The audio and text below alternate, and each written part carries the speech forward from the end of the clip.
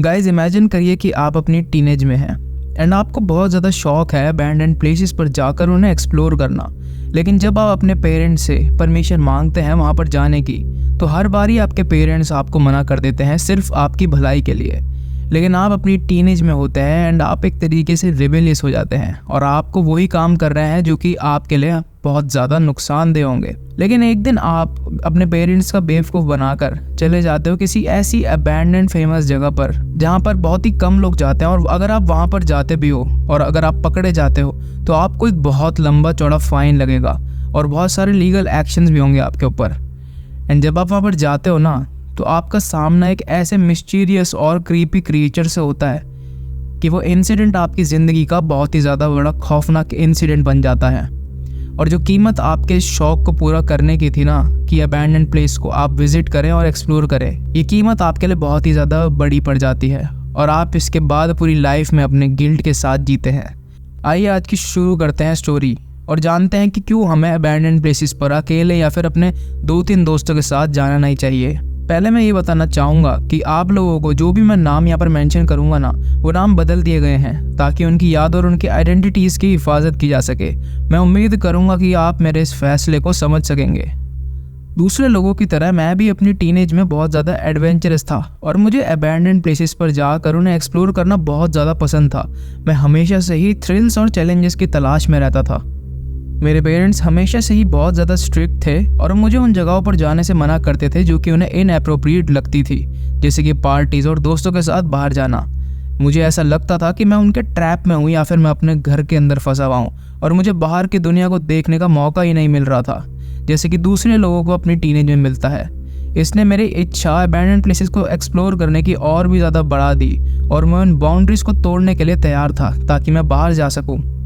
और अब बाकी टीनेजर्स की तरह मैं भी बहुत ज़्यादा रिबेलियस हो गया था अपने पेरेंट्स की तरफ। अब धीरे धीरे मैं अपने पेरेंट्स से झूठ बोलने लग गया कि मैं अपने दोस्तों के साथ जा रहा हूँ या फिर नाइट स्टडी के लिए, जो कि हम ग्रुप स्टडी भी कहते हैं, जो कि सिर्फ नाम की ग्रुप स्टडी होती है। लेकिन असल में मैं अपने दोस्तों के साथ अबैंडन्ड हाउसेज में या फिर किसी अनजान मॉल में जाता था उसे एक्सप्लोर करने के लिए।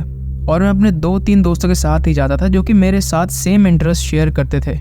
लेकिन ये सब मेरे लिए काफ़ी कहाँ था, मेरी इच्छाएं और भी ज़्यादा बढ़ती जा रही थी। मैं और भी आगे जाना चाहता था, नई नई चीज़ें देखना चाहता था और उस एड्रेनलिन रश को महसूस करना चाहता था जो कि सिर्फ एडवेंचर करके ही मुझे मिल सकता था। इसलिए जब मेरे दोस्त जैक ने मुझे कॉल किया और कहा कि वो पेरिस के कैटाकॉम्ब्स के एक अनसील्ड सीवर एंट्रेंस को जानता है और उस लोकेशन को वो डिस्कवर भी किया है, तो मैं बिल्कुल ही रेडी हो गया था वहाँ पर जाने के लिए। ये मुझे बहुत ज़्यादा इंटरेस्टिंग और एडवेंचरस लग रहा था, इसीलिए मैंने उसे कॉल पर तुरंत ही हाँ कर दी थी। अगर आपने इस जगह के बारे में कभी भी नहीं सुना था या फिर आप इस जगह के बारे में बहुत ही कम जानते हो, तो बता दूं कि कैटाकॉम्ब एक बहुत ही बड़ा विशाल अंडरग्राउंड नेटवर्क है जो कि पेरिस और फ्रांस के शहर को नीचे से लगभग 300 किलोमीटर तक जोड़ता है। ये कैटाकॉम्ब जो असली में 18वीं सेंचुरी के आसपास कैरिस के रूप में बने गए थे, ये लेट 18वीं सेंचुरी में पब्लिक ऑस्टेरिटीज में बदल गए थे और आज के समय में ये टूरिस्ट के लिए एक हिस्टोरिकल और कल्चरल अट्रैक्शन के रूप में विजिट किए जाते थे। कैटाकॉम्ब में बहुत सारे पेरिशियंस की रिमेन्स थे जो कि शहर के सिमेट्रीज बंद होने के बाद यहाँ पर शिफ्ट किए गए थे। उनकी उम्र और नाजुकपन के कारण कैटाकॉम्ब्स के जो एक्सेस रूल्स थे वो बहुत ही ज़्यादा स्ट्रिक्ट थे ताकि कल्चरल हेरिटेज और विजिटर्स की सेफ्टी की रक्षा की जा सके।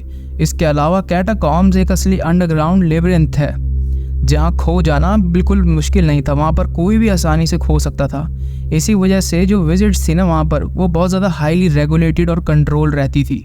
पेरिस के जो कैटाकॉम्ब्स थे वहाँ पर परमिटेड एरियाज के बियॉन्ड एंटर करना स्ट्रिक्टली प्रोहिबिटेड था और इस रूल का वायलेशन करने के बाद अगर कोई भी इस रूल का वायलेशन करता है तो उसे बहुत ही तगड़ा फाइन लगेगा और बहुत सारी लीगल पेनल्टीज़ भी लग सकती थी एंड इवन वो अरेस्ट भी हो सकता था।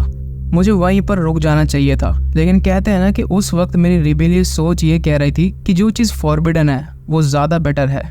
हमने अपने एक और दोस्त सेबेस्टियन को कॉल करा उस वक्त और सब कुछ प्लान करने लगे कि हम वहाँ पर कब जाएंगे, हम वहाँ पर क्या क्या इक्विपमेंट्स ले जाएंगे अपने साथ ताकि हमें वहाँ पर कोई दिक्कत ना हो और हम वहाँ पर कैसे खोएंगे नहीं। ये सब डिसाइड करना बहुत ज़रूरी था। जो लास्ट इशू था ना कि हम वहाँ पर बचेंगे कैसे, मतलब खोने से हम कैसे बचेंगे, उसको जैक ने सॉल्व कर दिया था।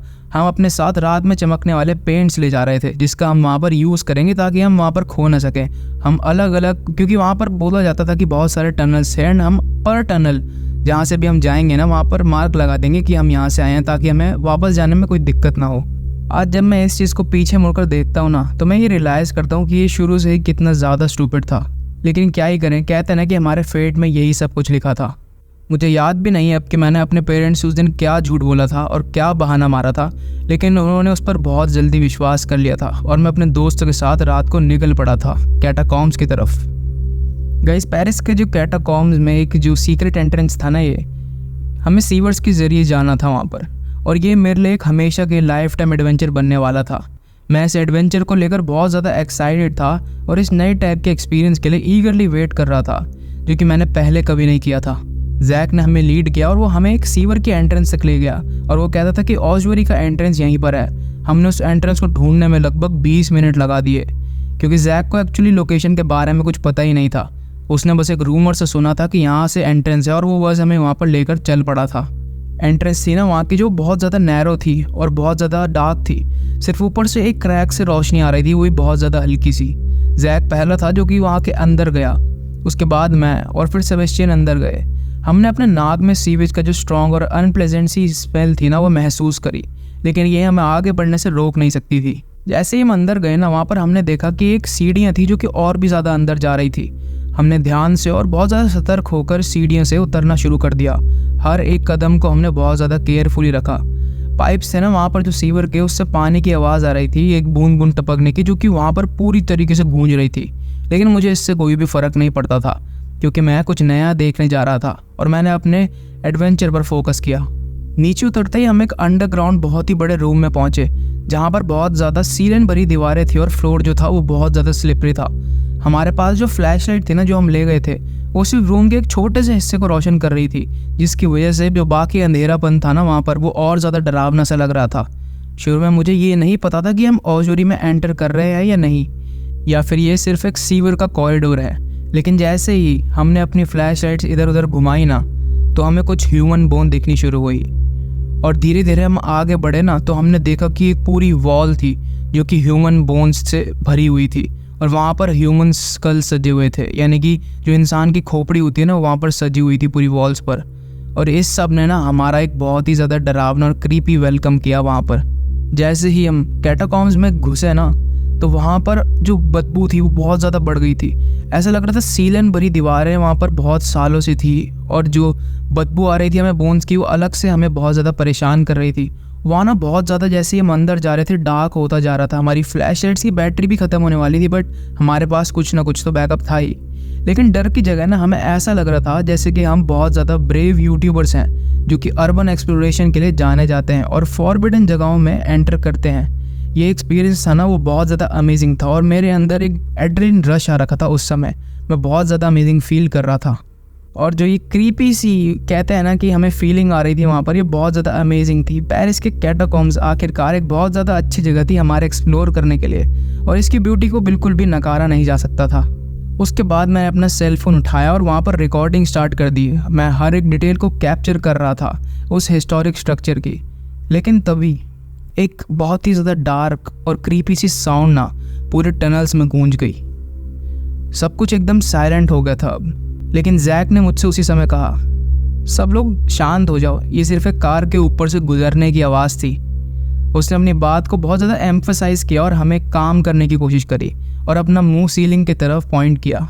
उसके बाद हम दोनों शांत भी हो गए थे, और जैक के शब्दों का लॉजिक थोड़ा समझ भी आ गया था, क्योंकि हम शहर के नीचे कहीं थे और यहाँ कुछ हो ही कह सकता है। आवाज़ सिर्फ सरफेस से ही आ सकती थी, जो कि हमारे सर के ऊपर था। और गाइस, जैसे ही वक्त गुजरता गया, मेरा जो ये एडवेंचर की फीलिंग थी ना, वो एक डर में तब्दील हो गई, जो कि मैं अपने दोस्तों को दिखाना ही नहीं चाहता था, क्योंकि मैं अपनी ग्रेट और करेजियस एडवेंचर को बर्बाद नहीं करना चाहता था।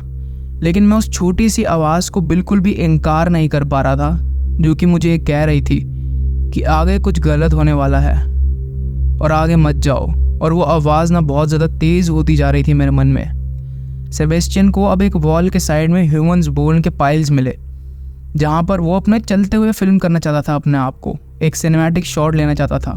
और जब उसने कहा ना कि लुक एट दिस यार, ये कितना कूल है, तो थोड़ा बहुत मुझे रिकवर करने में मदद मिली और मैं अपने फिर से एडवेंचर में फोकस करने लगा।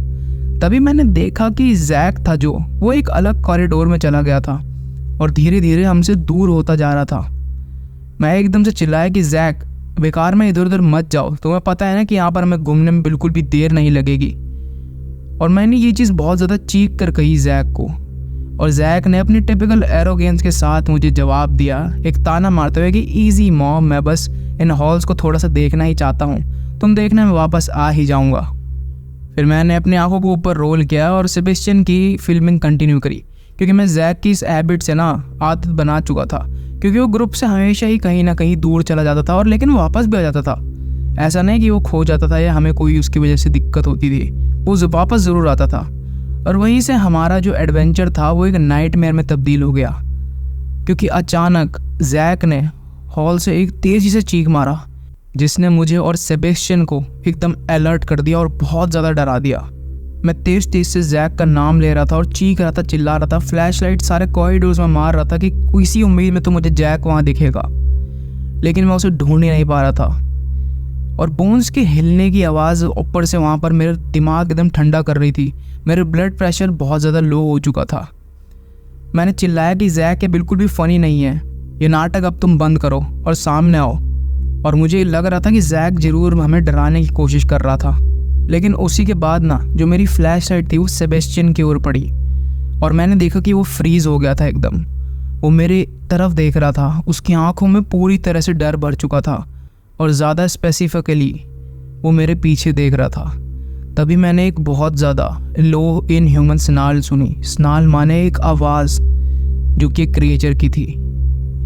धीरे और डर से मैं बहुत ज़्यादा जम चुका था और मेरी फ्लैशलाइट जो मेरे हाथ में थी वो कांप रही थी, लेकिन मैंने ग्रिप को बहुत ज़्यादा टाइट करा एकदम से हिम्मत करते हुए, और मैंने अपने पीछे देखने की कोशिश करी ताकि मैं उस चीज़ को देख सकूं। मैंने अपनी ज़िंदगी में बहुत सारी जगहों को एक्सप्लोर भी किया था और बहुत सारी चीज़ें भी देखी थी, लेकिन बहुत सी कहानियाँ भी सुनी थी, लेकिन कभी भी मैंने ऐसा कुछ नहीं देखा था।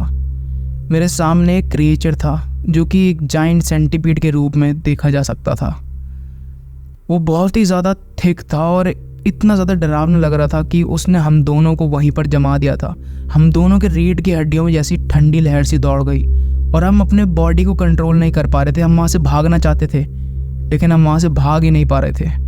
वो जो बड़ी चीज़ थी ना, विशाल चीज़, वो अपनी ट्विस्टेड लेग्स के साथ हमारी तरफ आ रही थी और अपनी बड़ी बड़ी आंखों से हमें देख रही थी।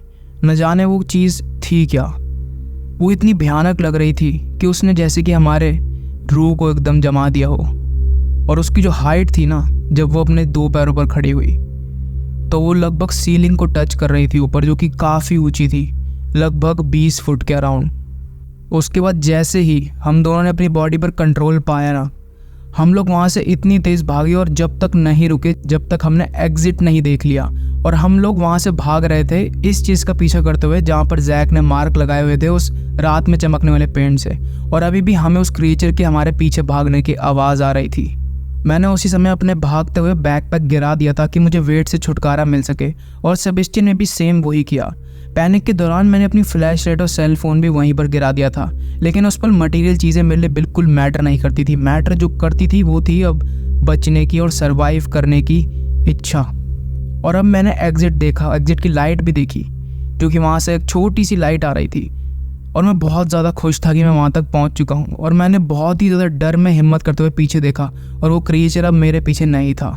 एक पल को मुझे इतनी ज़्यादा खुशी हो रही थी कि मैं वहाँ से बच चुका था, लेकिन मैंने ये भी देखा कि मेरे पीछे सेबेस्टियन भी नहीं था। मैं दोबारा से वहाँ पर अंदर गया एंट्रीवे की तरफ। हालांकि मेरे जो सारे इंस्टिंक्ट थे ना, वो मुझे वापस भेज रहे थे एग्जिट की तरफ और मना कर रहे थे कि वहाँ मत जाऊँगा, तुम्हारी जान को खतरा है। लेकिन क्या करता, मैं अपने दोस्त को खो भी नहीं सकता था। मैं पहले ही जैक को खो चुका था और मैं नहीं चाहता था कि सेबेस्टियन को भी मैं खो दूँ, इसलिए मैं एंट्री वे से फिर अंदर गया, लेकिन वहाँ पर कोई भी नहीं मिला मुझे। उस समय मैं अपना मेंटल पीस खो चुका था और मैं चाहता था कि मैं सेबेस्टियन को ढूंढूं। मैं पूरे तेज़ चिल्ला रहा था वहाँ। मुझे ये भी डर नहीं था कि क्रिएचर आके मुझे मार देगा। मैं बस चाहता था कि सेबेस्टियन बस मेरे पास आ जाए, जैसे तैसे करके मैं उसकी हेल्प कर सकूं। लेकिन गाइस 100 बारी चिल्लाने के बाद भी ना सेबेस्टियन वहाँ पर नहीं आया। वहाँ पर सिर्फ अंधेरा और अंधेरा था। उस एक्सपीरियंस ने ना मेरी लाइफ हमेशा के लिए बदल दी थी, और उसके बाद मैं कभी भी ऐसे फियरलेस एडवेंचर पर नहीं गया। और ये मेरे लिए एक बहुत बड़ी सीख बन गई थी ये मेरे लिए बहुत बड़ी ब्लेसिंग्स थी कि मेरी जान उस दिन वहाँ पर उस क्रीचर ने नहीं ली और मैं जैसे तैसे कर बच गया। लेकिन मेरे एडवेंचर पूरा करने की कीमत बहुत ही ज़्यादा बड़ी थी। मैंने अपने 2 बेस्ट फ्रेंड खो दिए थे और अब मैं पूरी ज़िंदगी अपनी बहुत ज़्यादा गिल्ट में बिताता हूँ। और आशा करता हूँ कि आपको ये एक्सपीरियंस पसंद आया होगा। अगर आपके पास भी कोई एक्सपीरियंस है तो हमें ज़रूर कमेंट में बताएं या फिर हमें मेल कर सकते हैं आप अपने पैरानॉर्मल एक्सपीरियंसेस। आशा करता हूँ आपको ये वीडियो पसंद आई होगी।